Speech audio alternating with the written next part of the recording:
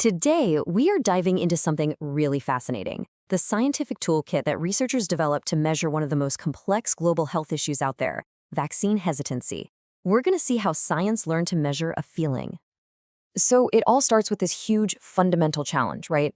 Vaccine hesitancy isn't some virus you can just pop under a microscope. It's a feeling, it's a doubt, it's a delay.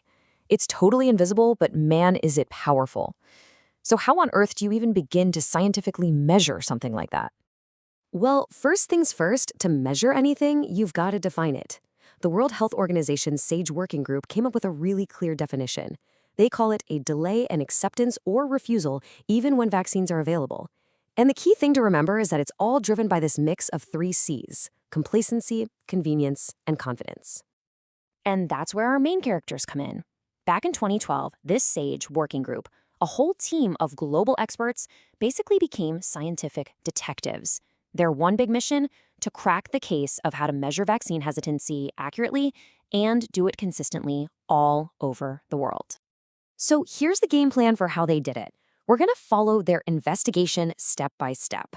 We'll start with their very first search for clues, then see how they mapped out all the motives behind hesitancy, how they actually built their final toolkit, and finally, why this whole case matters so much for all of us. All right, so every great investigation starts by searching for that initial evidence.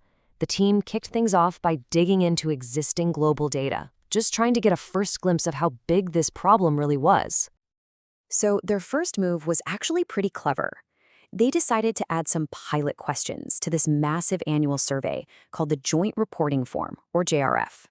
Now, this thing goes out to national immunization managers all around the globe, so it had the potential to be a super powerful way to get a quick snapshot.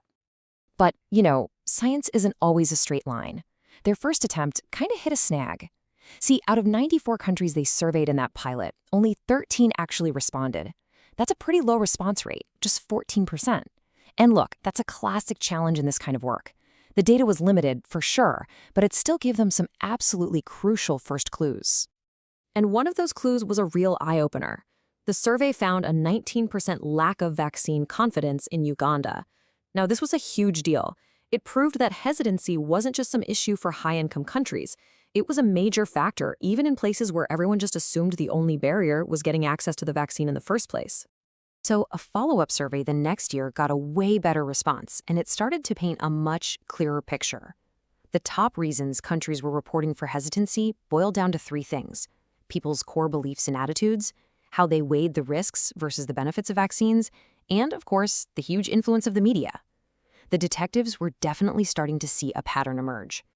So, with these early clues in hand, the team knew they needed a much more complete picture.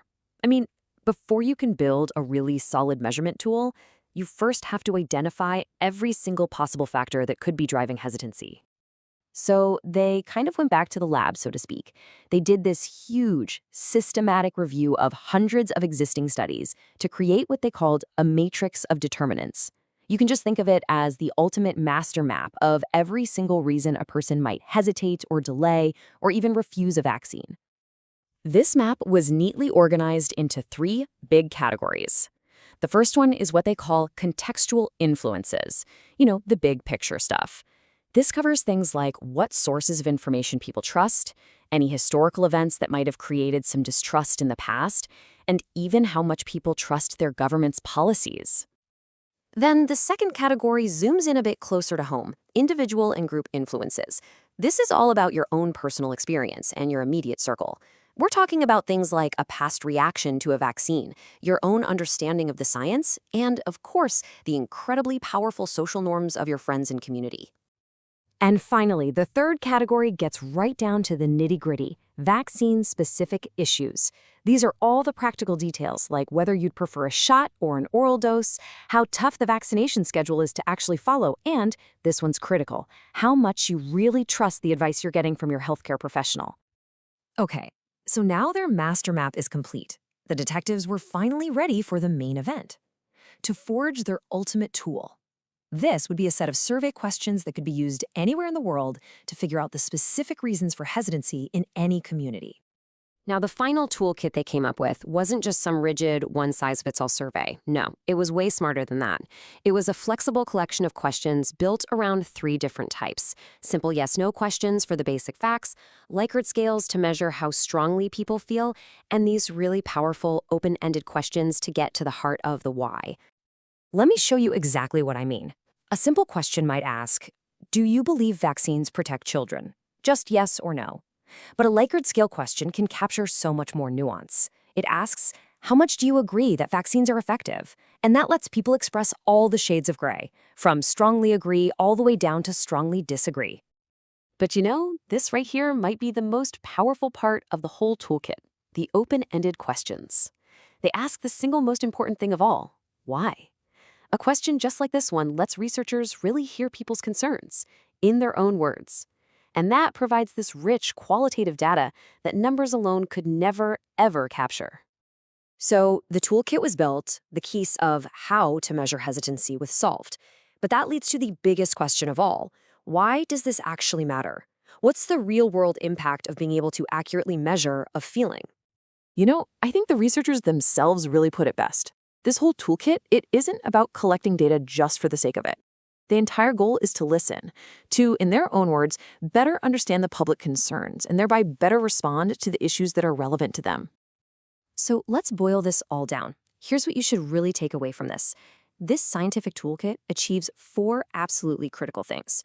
1, it helps separate true hesitancy from simple access problems. 2, it lets us actually compare what's happening in different regions. 3, it helps officials create strategies that actually work because they're based on real evidence. And maybe most importantly, 4, it fosters dialogue and helps rebuild trust. And that really just leaves us with one final thought to chew on. This entire incredible scientific journey was built on a single, really hopeful idea that if you can find a way to accurately and respectfully measure a concern, then maybe, just maybe, you can finally, truly begin to address it.